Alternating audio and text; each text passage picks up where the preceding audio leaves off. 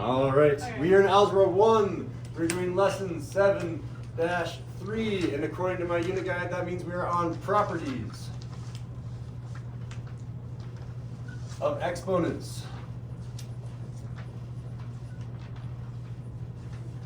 Specifically, the power rule. Today's date is the 6th of February 2023. And get ready for some corn donuts. Very similar to lesson 7-2. Yeah, don't read that as June 2nd. I don't know. A lot of students, even at the 7th and 8th grade level, are trying to do everything like the rest of the world. The rest of the world, if you want to write 1,000.1, or like, let's do a number like 7,236,921.21. This is how you write that European style. Ready? What? No. Guess who does it backwards? Us. Us. Literally the United States. Yeah, but that's normal. That's normal. No, it's not. Yeah. No, it is not. That looks a little bit backwards. Once you learn about how backwards we are, you're What like, crap I became a teacher for another This is no, I felt like crap all weekend. you did? I'm sorry. Yeah, my nose was all stuffy and I didn't feel good. I got didn't better wanna come over to the school, but weekend. I did. That's rough. Is it allergies? Is it sickness? Should you be wearing a mask? Do you need allergy medication? What do you need? No, I think I'm Just chilling now. All right, let's talk about the rule. body physical is way worse. Maybe I should have titled that power rule, but whatever. You know it's power rule because it's in the title. If I have some general number, let's say like x to the power of a, and I take that thing and I take it to a power. So I'm going to take x to the power of a, I'm going to put parentheses around it, and say that entire thing is going to be to the power of the B. B, because I'm very imaginative. Maybe another teacher would be like, it's a heart and it's a star. No, it's A and B. All right. This is going to be the same thing as x to the power of A times B. Why? Because you're distributing the B. You can think of it as distribution. That's the way that I always think of it in my head. It's because the whole entire thing is to the power of b, instead of multiplying the coefficients. Yeah, that's one way to think about it. Yeah, I'm going to kind of write out an example like Mia's talking about. So like, if I have, let's just do 2's.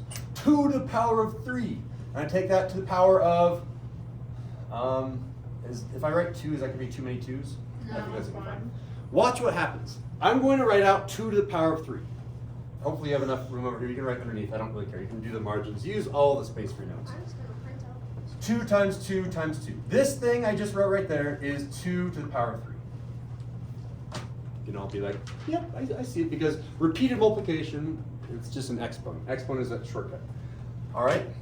And this power of 2 means I have that many copies of that being multiplied. So if I want to multiply this all again by 2 to the power of 3, multiplying these two together is the same thing as 2 to the power of 3 quantity squared. How many of these 2 to the power of 3's are being multiplied?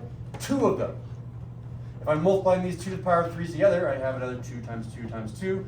This symbol comes straight down here, and I just have a bunch of multiplication. It doesn't take a genius to be able to count the number of 2's in this bottom line. There are 6 of them. How to get from 3 and 2 to 6? Well, you have to multiply those two. 3 times 2 will give you 1, 2, 3, 4, 5, and 6. Then So the answer is 2 to the power of 6. the answer there is going to be 2 to the power of 6, exactly. So we can, as Marley stated, we should probably write out the answer, 2 to the power of 6. And that will happen every single time. You have to be careful. So let me show you a common mistake. I'll just write out common mistake.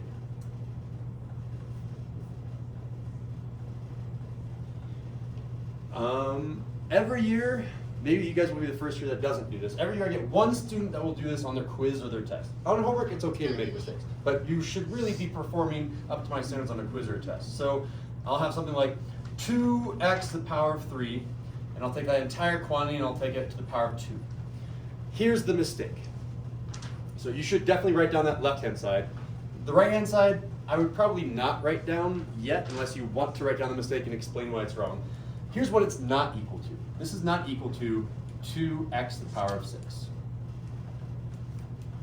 Are you sure, Mr. Sindel? That looks right. Look. X to the power of 3 to the power of 2, 3 times 2 is 6. You just said that, right? Here's what the student forgot to do. This 2 goes to every single base. This is really 2 to the power of 1.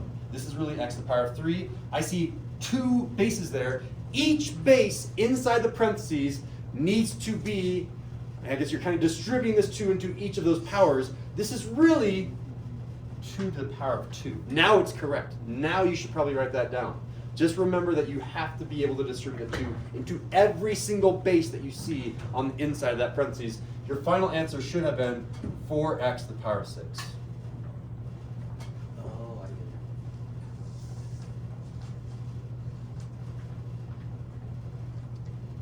it. Yeah, let's try an example, and try to think if there's anything tricky about this. Oh yeah, there is another one. I have to be careful here.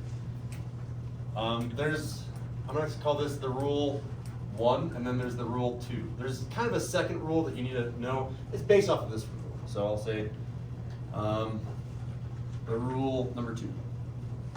What if inside the parentheses I had, instead of just a base to a power, what if I had some sort of fraction? What if I had something like this? I'm going to make this as easy as possible. I'm going to say x to the power of a over y to the power of c. What if I had some weird fraction-y thing in here, and that entire thing is still to the power of b? Notice I skipped the letter c, so I can still have the power of b. Divide? Yeah, there's division happening here. There's a fraction. What's going to happen? Divide. Well, the b gets distributed, this b gets distributed to that base and to the bottom base. Every single base that you see has, and I should really be using quotes, because distribution is when you have multiplication into something that has a plus sign. This is a power with something with a power sign. So it's not true distribution, but it's close enough. All right, so the final answer here is going to be x to the power of a times b. I'll write out a times b, all divided by y to the power of, and again, multiply, we have c, and I'm going to multiply that by b. C times b.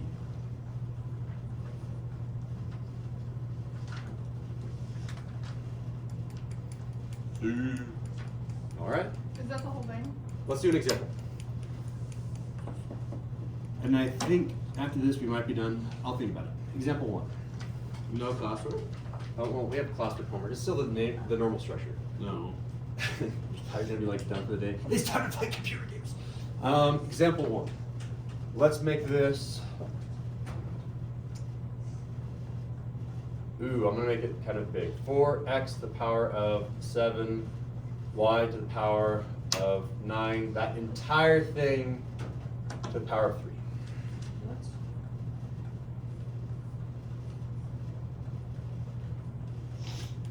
Distributed to every base. I just wrote y to the power of p instead of y to the power of I don't know.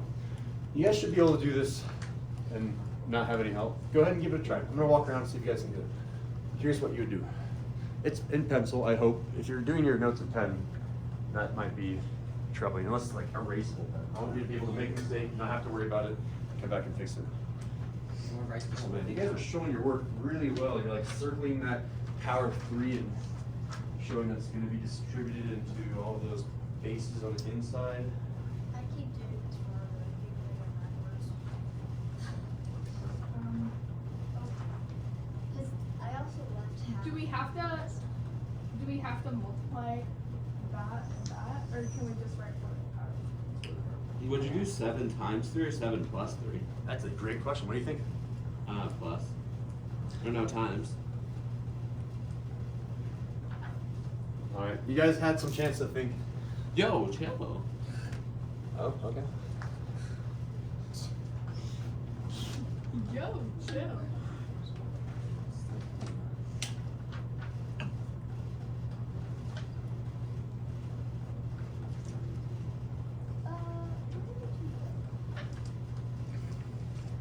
I do want to go through this now. I see 3 bases on the inside. I see a 4, an x, and a y. So this 3 is going to go to each of those 3 bases. That 4 technically was to the power of 1. I'm not going to write that. We all know if I don't have a power here, it's assumed to be 1.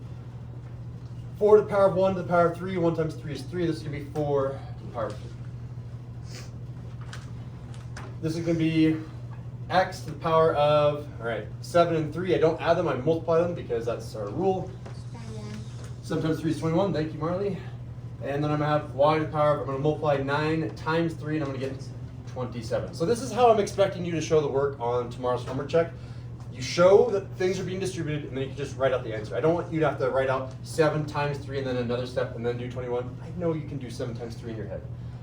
So you can call it good there, you can box that, but you should start practicing your perfect cubes too. On the homework tonight, and that's basically it. On the homework tonight, for the answers, I'm going to be actually simplifying this to make you practice. If you have forgotten your perfect cubes in the top right, perfect cubes are on the top, perfect squares are on the bottom of that cabinet. And it goes 1 cubed is 1, 2 cubed is 8, 3 cubed is 27, 4 cubed 64. So make sure you know this. 4 cubed is 64. So on the answer to check your work, it's going to look like this: 64, x to the 21, y to the power of 27. I am fine with either of these on the final quiz and test. Be comfortable with this one because that's the one that you're going to be seeing for the homework. Both of these are going to get full points. Yes. So you get to decide how hard to push yourselves. I'm hoping everyone pushes yourselves and practice your cubes. Like, I might give you a 2 to the power of 5. You should be able to. I think I'm gonna do the perfect cube version just because it looks prettier.